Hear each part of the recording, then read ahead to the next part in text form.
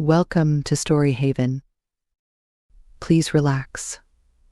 Remember to like, subscribe, and enjoy.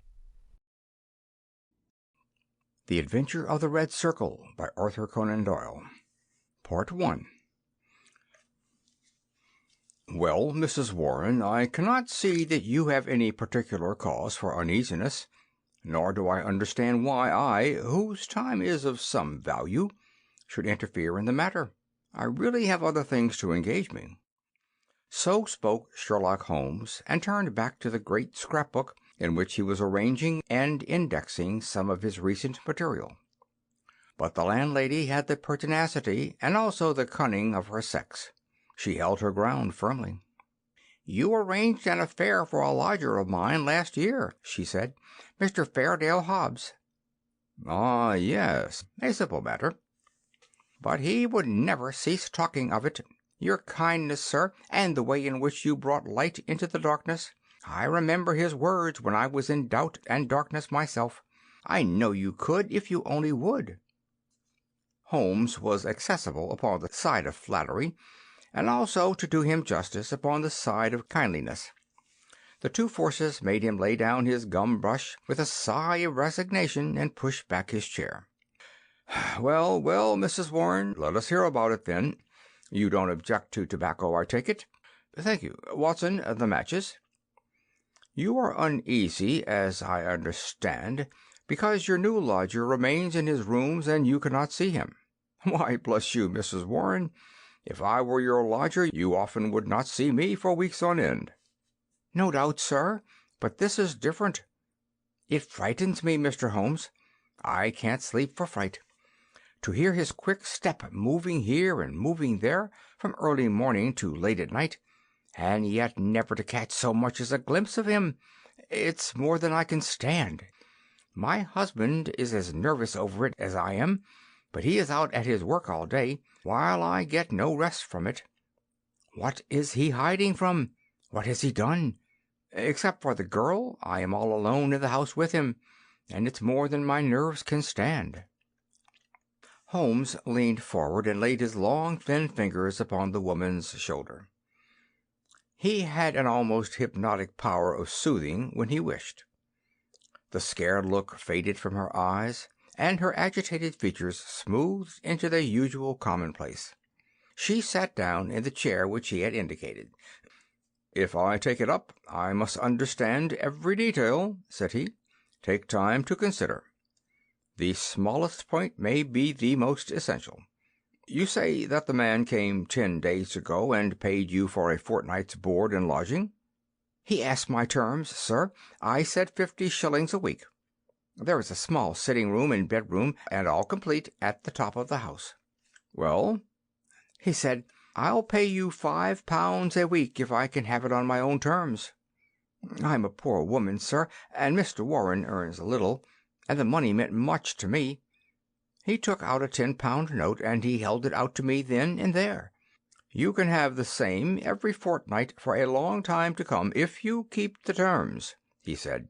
'If not, I'll have no more to do with you.'" "What were the terms?" "Well, sir, they were that he was to have a key to the house. That was all right. Lodgers often have them. Also, that he was to be left entirely to himself, and never, upon any excuse, to be disturbed." "Nothing wonderful in that, surely?" "Not in reason, sir. But this is out of all reason. He has been there for 10 days, and neither Mr. Warren nor I nor the girl has once set eyes upon him. We can hear that quick step of his, pacing up and down, night, morning, and noon, but except on that first night he has never once gone out of the house." "Oh, he went out the first night, did he?" "Yes, sir, and returned very late, after we were all in bed. He told me, after he had taken the rooms, that he would do so, and asked me not to bar the door. I heard him come up the stair after midnight." "But his meals?" "It was his particular direction that we should always, when he rang, leave his meal upon a chair outside his door. Then he rings again when he has finished, and we take it down from the same chair. If he wants anything else, he prints it on a slip of paper and leaves it." "Prints it?" "Yes, sir. Prints it in pencil. Just a word, nothing more. Here's the one I brought to show you. Soap. Here's another. Match. This is one he left the first morning. Daily Gazette. I leave that paper with his breakfast every morning." "Dear me, Watson," said Holmes, staring with great curiosity at the slips of foolscap which the lady had handed to him, "this is certainly a little unusual. Seclusion I can understand, but why print? Printing is a clumsy process. Why not write? What would it suggest, Watson?" "That he desired to conceal his handwriting." "But why? What can it matter to him that his landlady should have a word of his writing? Still, it may be as you say. Then again, why such laconic messages?" "I cannot imagine." "It opens a pleasing field for intelligent speculation. The words are written with a broad-pointed, violet-tinted pencil of a not unusual pattern. You will observe that the paper is torn away at the side here after the printing was done, so that the S of soap is partly gone. Suggestive, Watson, is it not?" "Of caution?" "Exactly. There was evidently some mark, some thumbprint, something which might give a clue to the person's identity. Now, Mrs. Warren, you say that the man was of middle size, dark and bearded. What age would he be?" "Youngish, sir. Not over 30. "Well, can you give me no further indications?" "He spoke good English, sir, and yet I thought he was a foreigner by his accent." "And he was well dressed?" "Very smartly dressed, sir. Quite the gentleman. Dark clothes, nothing you would note." "He gave no name?" "No, sir." "And has had no letters or callers?" "None." "But surely you or the girl enter his room of a morning?" "No, sir. He looks after himself entirely." "Dear me, that is certainly remarkable. What about his luggage?" "He had one big brown bag with him, nothing else." "Well, we don't seem to have much material to help us. Do you say nothing has come out of that room? Absolutely nothing?" The landlady drew an envelope from her bag. From it she shook out 2 burnt matches and a cigarette end upon the table. "They were on his tray this morning. I brought them because I had heard that you can read great things out of small ones." Holmes shrugged his shoulders. "There is nothing here," said he. "The matches have, of course, been used to light cigarettes. That is obvious from the shortness of the burnt end. Half the match is consumed in lighting a pipe or cigar. But, dear me, this cigarette stub is certainly remarkable. The gentleman was bearded and mustached, you say?" "Yes, sir." "I don't understand that. I should say that only a clean-shaven man would have smoked this. Why, Watson, even your modest mustache would have been singed." "A holder?" I suggested. "No, no, the end is matted. I suppose there could not be 2 people in your rooms, Mrs. Warren?" "No, sir. He eats so little that I often wonder it can keep life in one." "Well, I think we must wait for a little more material. After all, you have nothing to complain of. You have received your rent. And he is not a troublesome lodger, though he is certainly an unusual one. He pays you well, and if he chooses to lie concealed, it is no direct business of yours. We have no excuse for an intrusion upon his privacy until we have some reason to think that there is a guilty reason for it. I have taken up the matter, and I won't lose sight of it. Report to me if anything fresh occurs, and rely upon my assistance if it should be needed." "There are certainly some points of interest in this case, Watson," he remarked when the landlady had left us. "It may, of course, be trivial, individual eccentricity, or it may be very much deeper than appears on the surface. The first thing that strikes me is the obvious possibility that the person now in the rooms may be entirely different from the one who engaged them." "Why should you think so?" "Well, apart from this cigarette end, Was it not suggestive that the only time the lodger went out was immediately after his taking the rooms? He came back, or someone came back, when all witnesses were out of the way. We have no proof that the person who came back was the person who went out. Then again, the man who took the rooms spoke English well. This other, however, prints match when it should have been matches. I can imagine that the word was taken out of a dictionary, which would give the noun but not the plural. The laconic style may be to conceal the absence of knowledge of English. Yes, Watson, there are good reasons to suspect that there has been a substitution of lodgers. But for what possible end? Ah, there lies our problem. There is one rather obvious line of investigation. He took down the great book in which, day by day, he filed the agony columns of the various London journals. "Dear me," said he, turning over the pages, "what a chorus of groans, cries, and bleatings! What a rag-bag of singular happenings! But surely the most valuable hunting ground that ever was given to a student of the unusual. This person is alone and cannot be approached by letter without a breach of that absolute secrecy which is desired. How is any news or any message to reach him from without? Obviously, by advertisement through a newspaper. There seems no other way, and fortunately we can concern ourselves with the one paper only. Here are the Daily Gazette extracts of the last fortnight. Lady with a black boa at Prince's Skating Club. That we may pass. Surely Jimmy will not break his mother's heart. That appears to be irrelevant. If the lady who fainted on Brixton's bus, she does not interest me. Every day my heart longs. Bleat, Watson, unmitigated bleat. Ah, this is a little more possible. Listen to this. Be patient. We'll find some means of communications. Meanwhile, this column, G. That is 2 days after Mrs. Warren's lodger arrived.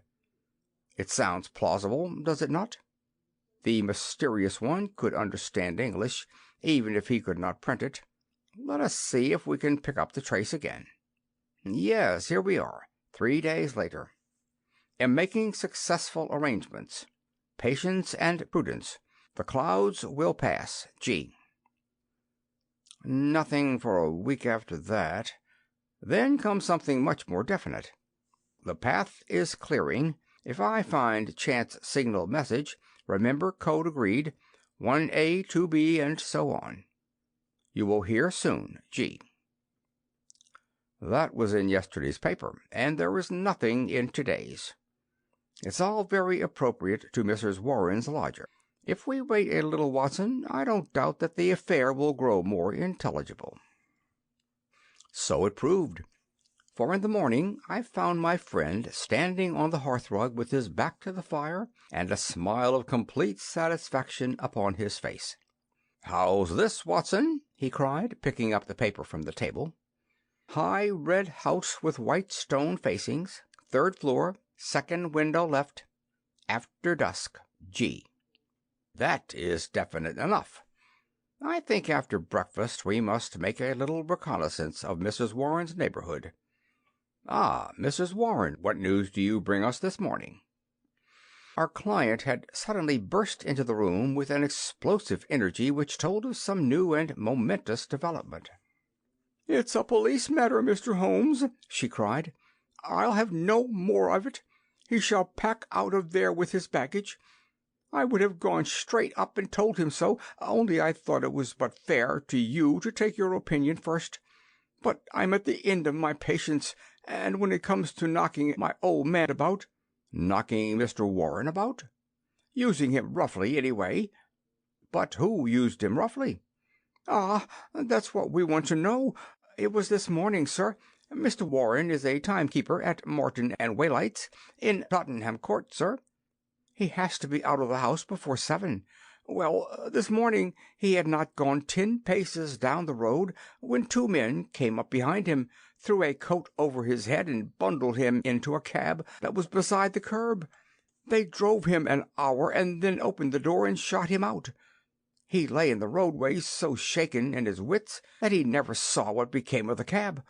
When he picked himself up he found he was on Hampstead Heath, so he took a bus home, and there he lies now on his sofa, while I came straight round to tell you what had happened." "Most interesting," said Holmes. "Did he observe the appearance of these men? Did he hear them talk?" "No, he is clean dazed. He just knows that he was lifted up as if by magic, and dropped as if by magic. 2 at least were in it, and maybe 3. "And you connect this attack with your lodger?"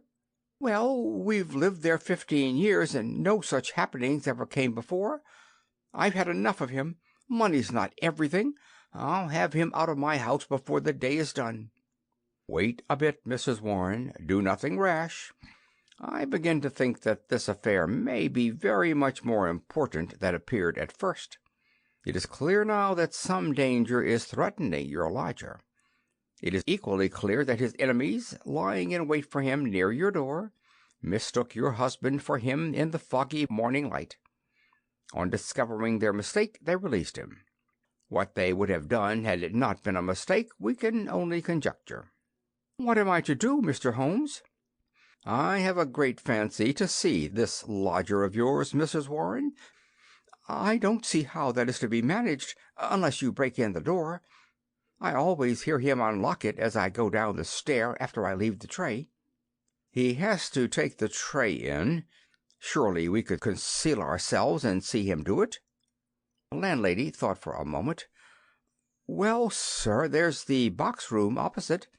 I could arrange a looking-glass, maybe, and if you were behind the door—" "Excellent," said Holmes. "When does he lunch?" "About 1, sir." "Then Dr. Watson and I will come round in time. For the present, Mrs. Warren, good-bye." At 12:30 we found ourselves upon the steps of Mrs. Warren's house, a high, thin, yellow brick edifice in Great Orme Street, a narrow thoroughfare at the northeast side of the British Museum. Standing as it does near the corner of the street, it commands a view down Howe Street, with its more pretentious houses. Holmes pointed with a chuckle to one of these, a row of residential flats, which projected so that they could not fail to catch the eye. "See, Watson," said he, "high red house with stone facings. There is the signal station, all right. We know the place and we know the code, so surely our task should be simple. There is a To Let card in that window. It is evidently an empty flat to which the confederate has access. Well, Mrs. Warren, what now?" "I have it all ready for you. If you will both come up and leave your boots below on the landing, I'll put you there now." It was an excellent hiding place which she had arranged. The mirror was so placed that, seated in the dark, we could very plainly see the door opposite. We had hardly settled down in it, and Mrs. Warren left us, when a distant tinkle announced that our mysterious neighbor had rung. Presently the landlady appeared with the tray, laid it down upon a chair beside the closed door, and then, treading heavily, departed. Crouching together in the angle of the door, we kept our eyes fixed upon the mirror. Suddenly, as the landlady's footsteps died away, there was the creak of a turning key, the handle revolved, and 2 thin hands darted out and lifted the tray from the chair. An instant later it was hurriedly replaced, and I caught a glimpse of a dark, beautiful, horrified face glaring at the narrow opening of the box-room. Then the door crashed to, the key turned once more, and all was silence. Holmes twitched my sleeve, and together we stole down the stair. "I will call again in the evening," said he to the expectant landlady. "I think, Watson, we can discuss this business better in our own quarters." "My surmise, as you saw, proved to be correct," said he, speaking from the depths of his easy-chair. "There has been a substitution of lodgers. What I did not foresee is that we should find a woman, and no ordinary woman, Watson." "She saw us." "Well, she saw something to alarm her, that is certain. The general sequence of events is pretty clear, is it not? A couple seek refuge in London from a very terrible and instant danger.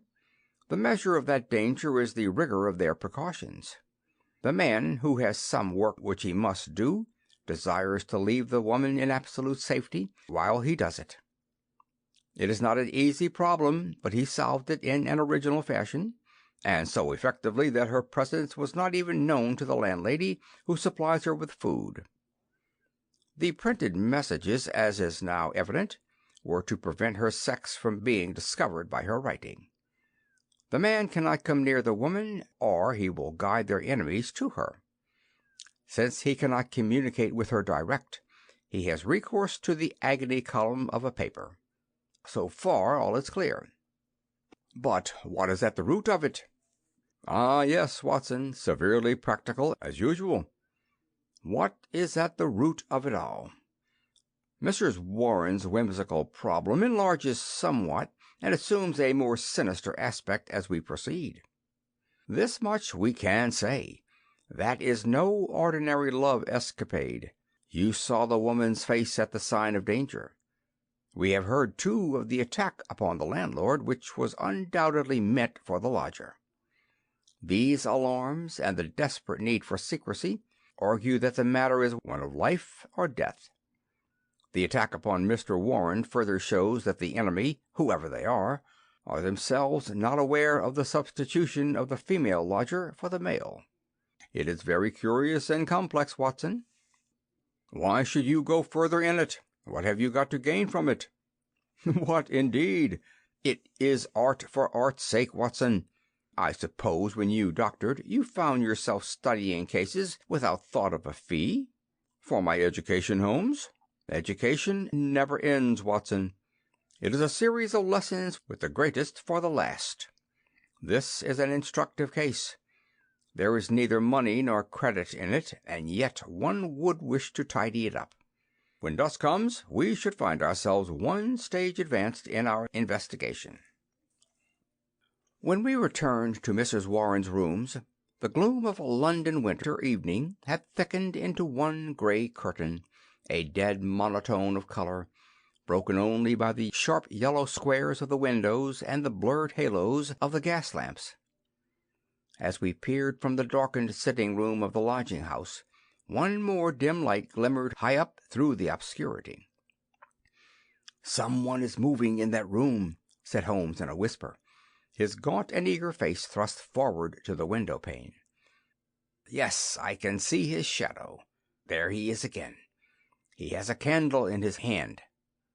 Now he is peering across. He wants to be sure that she is on the lookout. Now he begins to flash. Take the message also, Watson, that we may check each other. A single flash, that is A, surely. Now then, how many did you make it? 20? So did I. That should mean T. A-T, at, that's intelligible enough. Another T. Surely this is the beginning of a second word. Now then, T-E-N-T-A. Dead stop. That can't be all, Watson. A tinta gives no sense, nor is it any better as 3 words. At, tin, ta, unless T-A are a person's initials. There it goes again. What's that? A-T-T-E. Why, it is the same message over again. Curious, Watson, very curious. Now he is off once more. A-T... Why, he is repeating it for the 3rd time. A-T-T-E-N-T-A 3 times. How often will he repeat it? No, that seems to be the finish. He has withdrawn from the window.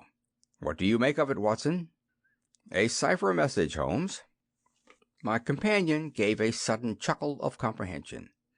And not a very obscure cipher, Watson, said he. Why, of course, it is Italian. A means that it is addressed to a woman. Beware, beware, beware. How's that, Watson? I believe you have hit it. No doubt of it. It is a very urgent message, thrice repeated to make it more so. But beware of what? Wait a bit. He is coming to the window once more. Again we saw the dim silhouette of a crouching man and the whisk of the small flame across the window as the signals were renewed. They came more rapidly than before, so rapid that it was hard to follow them. Pericolo. Pericolo. Hey, what's that, Watson? Danger, isn't it? Yes, by Jove, it's a danger signal. There he goes again. P-E-R-I. Hello? What on earth? The light had suddenly gone out. The glimmering square of window had disappeared, and the third floor formed a dark band round the lofty building with its tiers of shining casements. The last warning cry had been suddenly cut short. How, and by whom? The same thought occurred on the instant to both of us. Holmes sprang up from where he crouched by the window. "This is serious, Watson," he cried. "There is some devilry going forward. Why should such a message stop in such a way? I should put Scotland Yard in touch with this business, and yet it is too pressing for us to leave. Shall I go for the police? We must define the situation a little more clearly. It may bear some more innocent interpretation. Come, Watson, let us go across ourselves and see what we can make of it." End of Part 1.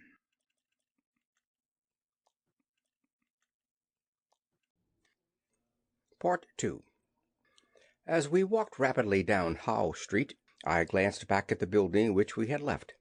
There, dimly outlined at the top window, I could see the shadow of a head, a woman's head, gazing tensely, rigidly, out into the night, waiting with breathless suspense for the renewal of that interrupted message.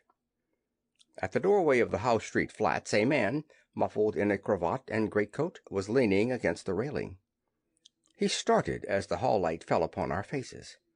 "Holmes!" he cried. "Why, Gregson!" said my companion as he shook hands with the Scotland Yard detective. "Journeys end with lovers' meetings. What brings you here?" "The same reason that brings you, I expect," said Gregson. "How you got on to it, I can't imagine. Different threads, but leading up to the same tangle. I've been taking the signals." "Signals?" "Yes, from that window. They broke off in the middle. We came over here to see the reason, but since it is safe in your hands, I see no object in continuing this business." "Wait a bit," cried Gregson eagerly.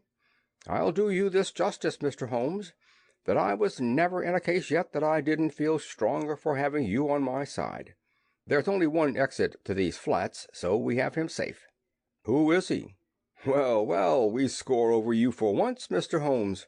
You must give us best this time."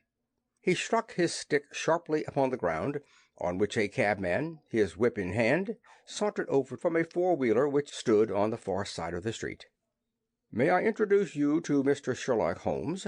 he said to the cabman. "This is Mr. Leverton of Pinkerton's American Agency." "The hero of the Long Island cave mystery," said Holmes.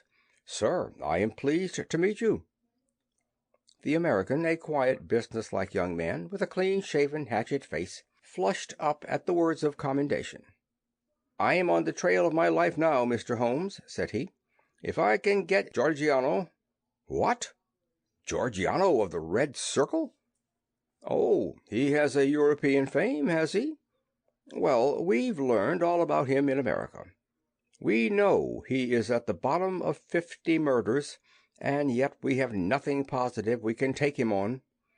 I tracked him over from New York, and I've been close to him for a week in London, waiting some excuse to get my hands on his collar. Mr. Gregson and I ran him to ground in that big tenement house, and there's only one door, so he can't slip us. There's 3 folk come out since he went in, but I'll swear he wasn't one of them." "Mr. Holmes talks of signals," said Gregson. "I expect, as usual, he knows a good deal that we don't." In a few clear words, Holmes explained the situation as it had appeared to us. The American struck his hands together with vexation. "He's on to us!" he cried. "Why do you think so?" "Well, it figures out that way, does it not?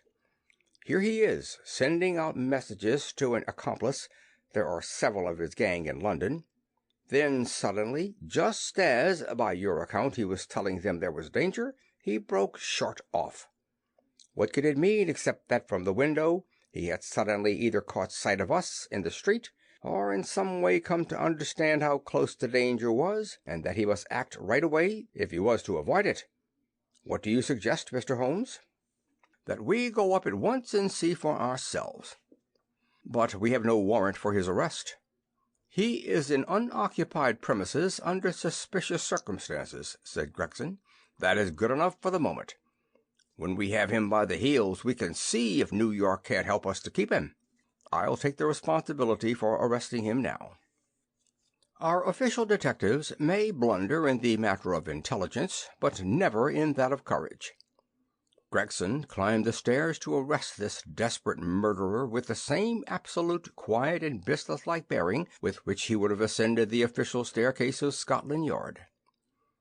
The Pinkerton man had tried to push past him, but Gregson had firmly elbowed him back. London dangers were the privilege of the London force. The door of the left-hand flat upon the third landing was standing ajar. Gregson pushed it open. Within, all was absolute silence and darkness. I struck a match and lit the detective's lantern. As I did so, and as the flicker steadied into a flame, we all gave a gasp of surprise. On the deal boards of the carpetless floor there was outlined a fresh track of blood. The red steps pointed toward us and away from an inner room, the door of which was closed. Gregson flung it open and held his light full blaze in front of him, while we all peered eagerly over his shoulders. In the middle of the floor of the empty room was huddled the figure of an enormous man, his clean-shaven, swarthy face grotesquely horrible in its contortion, and his head encircled by a ghastly crimson halo of blood, lying in a broad wet circle upon the white woodwork. His knees were drawn up, his hands thrown out in agony, and from the center of his broad, brown, upturned throat there projected the white haft of a knife, driven blade deep into his body. Giant as he was, the man must have gone down like a pole-axed ox before that terrific blow. Beside his right hand a most formidable horn-handled, two-edged dagger lay upon the floor, and near it a black kid glove. "By George, it's Black Gorgiano himself!" cried the American detective. "Someone has got ahead of us this time." "Here is the candle in the window, Mr. Holmes," said Gregson. "Why, whatever are you doing?" Holmes had stepped across, had lit the candle, and was passing it backward and forward across the window panes. Then he peered into the darkness, blew the candle out, and threw it on the floor. "I rather think that will be helpful," said he. He came over and stood in deep thought while the two professionals were examining the body. "You say that 3 people came out of the flat while you were waiting downstairs?" said he at last. "Did you observe them closely?" "Yes, I did." "Was there a fellow about 30, black-bearded, dark, of middle size?" "Yes, he was the last to pass me." "That is your man, I fancy. I can give you his description, and we have a very excellent outline of his footmark. That should be enough for you." "Not much, Mr. Holmes, among the millions of London."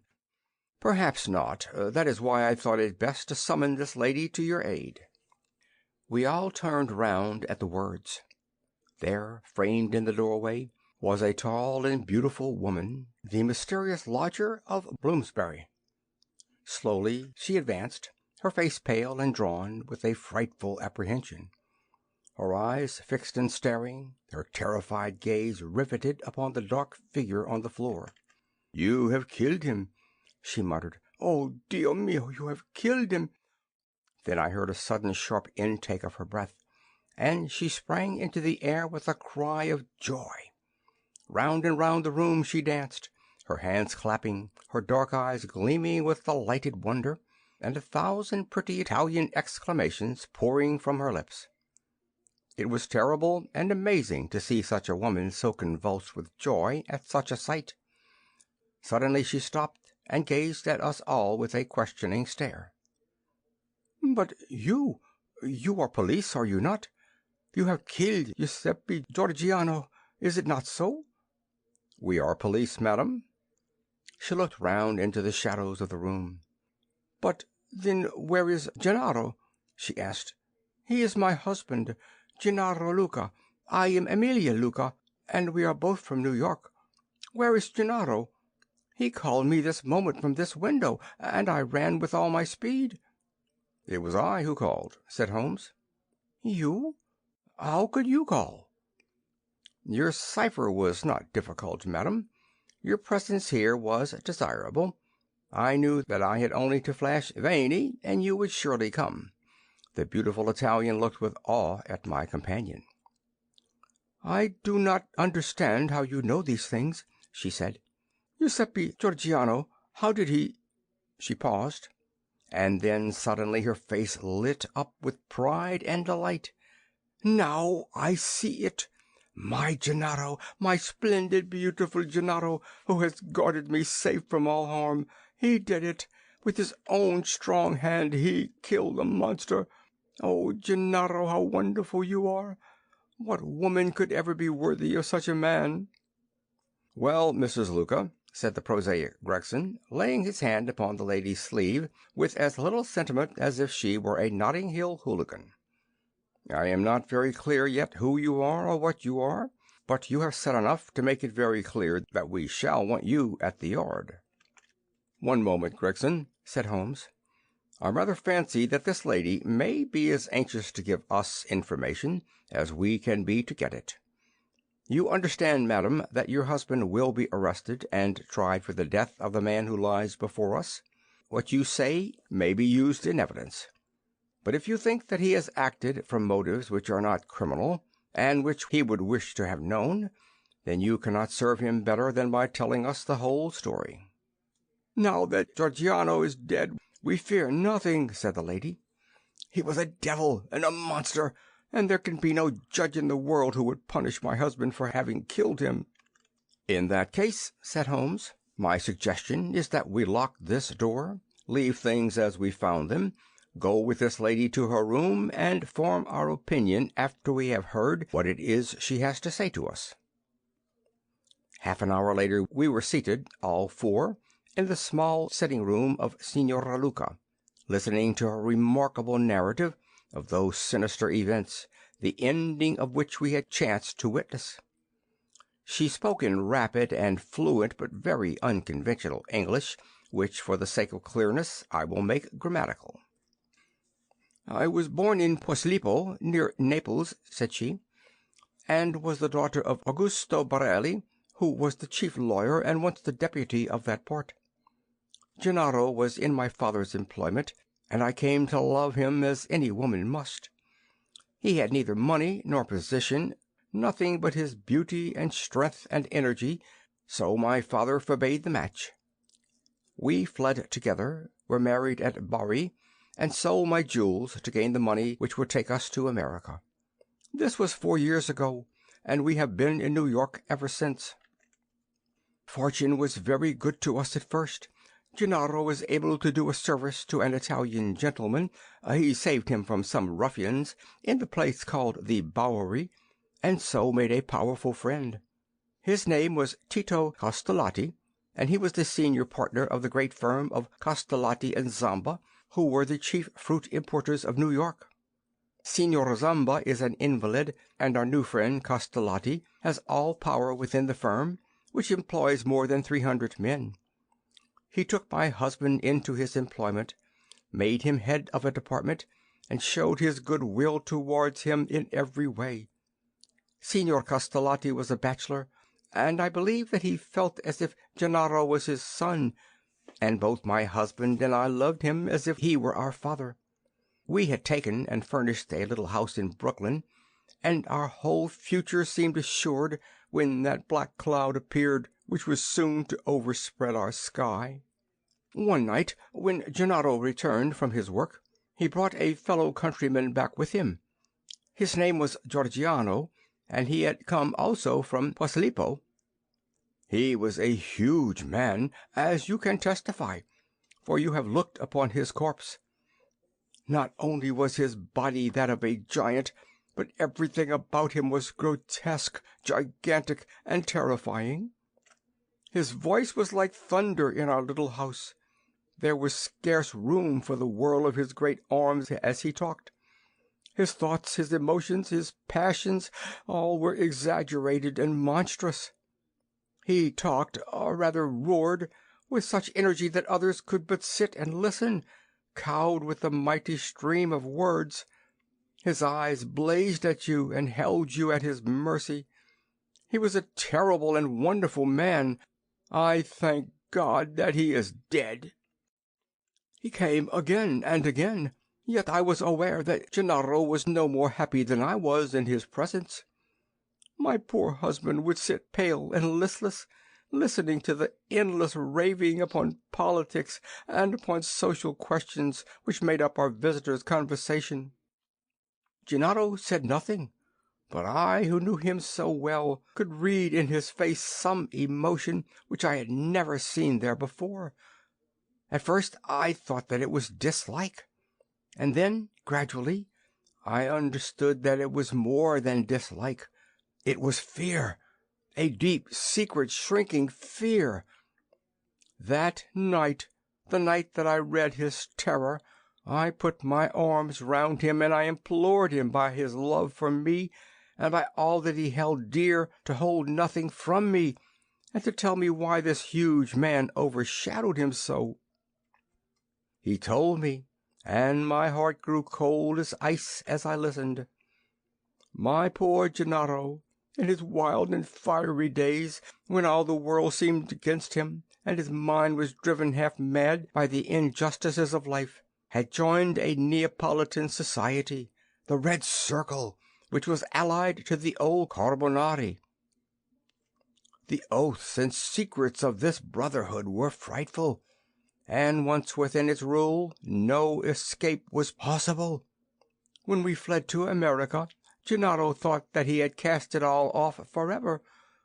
What was his horror one evening to meet in the streets the very man who had initiated him in Naples, the giant Gorgiano, a man who had earned the name of Death in the south of Italy, for he was red to the elbow in murder. He had come to New York to avoid the Italian police, and he had already planted a branch of this dreadful society in his new home. All this Gennaro told me, and showed me a summons which he had received that very day, a red circle drawn upon the head of it, telling him that a lodge would be held upon a certain date, and that his presence at it was required and ordered. That was bad enough, but worse was to come. I had noticed for some time that when Gorgiano came to us, as he constantly did in the evening, he spoke much to me, and even when his words were to my husband, those terrible, glaring, wild beast eyes of his were always turned upon me. One night his secret came out. I had awakened what he called love within him, the love of a brute, a savage. Gennaro had not yet returned when he came. He pushed his way in, seized me in his mighty arms, hugged me in his bear's embrace, covered me with kisses, and implored me to come away with him. I was struggling and screaming when Gennaro entered and attacked him. He struck Gennaro senseless and fled from the house which he was never more to enter. It was a deadly enemy that we made that night. A few days later came the meeting. Gennaro returned from it with the face which told me that something dreadful had occurred. It was worse than we could have imagined possible. The funds of the society were raised by blackmailing rich Italians and threatening them with violence should they refuse the money. It seems that Castellotti, our dear friend and benefactor, had been approached. He had refused to yield to threats, and he had handed the notices to the police. It was resolved now that such an example should be made of them as would prevent any other victim from rebelling. At the meeting it was arranged that he and his house should be blown up with dynamite. There was a drawing of lots as to who should carry out the deed. Gennaro saw our enemy's cruel face smiling at him as he dipped his hand in the bag. No doubt it had been prearranged in some fashion, for it was the fatal disc with the red circle upon it, the mandate for murder which lay upon his palm. He was to kill his best friend, or he was to expose himself and me to the vengeance of his comrades. It was part of their fiendish system to punish those whom they feared or hated by injuring not only their own persons but those whom they loved, and it was the knowledge of this which hung as a terror over my poor Gennaro's head and drove him nearly crazy with apprehension. All that night we sat together, our arms round each other, each strengthening each for the troubles that lay before us. The very next evening had been fixed for the attempt. By midday my husband and I were on our way to London, but not before he had given our benefactor full warning of this danger, and had also left such information for the police as would safeguard his life for the future. The rest, gentlemen, you know for yourselves. We were sure that our enemies would be behind us, like our own shadows. Gorgiano had his private reasons for vengeance, but in any case we knew how ruthless, cunning, and untiring he would be. Both Italy and America are full of stories of his dreadful powers. If ever they were exerted, it would be now. My darling made use of the few clear days which our start had given us in arranging for a refuge for me in such a fashion that no possible danger could reach me. For his own part, he wished to be free that he might communicate both with the American and with the Italian police. I do not myself know where he lived or how. All that I learned was through the columns of a newspaper. But once, as I looked through my window, I saw 2 Italians watching the house, and I understood that in some way Gorgiano had found our retreat. Finally Gennaro told me through the paper that he would signal me from a certain window, but when the signals came they were nothing but warnings, which were suddenly interrupted. It is very clear to me now that he knew Gorgiano to be close upon him, and that, thank God, he was ready for him when he came. And now, gentlemen, I would ask you whether we have anything to fear from the law, or whether any judge upon earth would condemn my Gennaro for what he has done." "Well, Mr. Gregson," said the American, looking across at the official, "I don't know what your British point of view may be, but I suggest that in New York this lady's husband will receive a pretty general vote of thanks." "She will have to come with me and see the chief," Gregson answered. "If what she says is corroborated, I do not think she or her husband has much to fear. But what I can't make heads or tails of, Mr. Holmes, is how on earth you got yourself mixed up in the matter." "Education, Gregson, education. Still seeking knowledge at the old university. Well, Watson, you have one more specimen of the tragic and grotesque to add to your collection. By the way, it is not 8 o'clock, and a Wagner night at Covent Garden. If we hurry, we might be in time for the second act." End of Part 2. End of The Adventure of the Red Circle by Arthur Conan Doyle.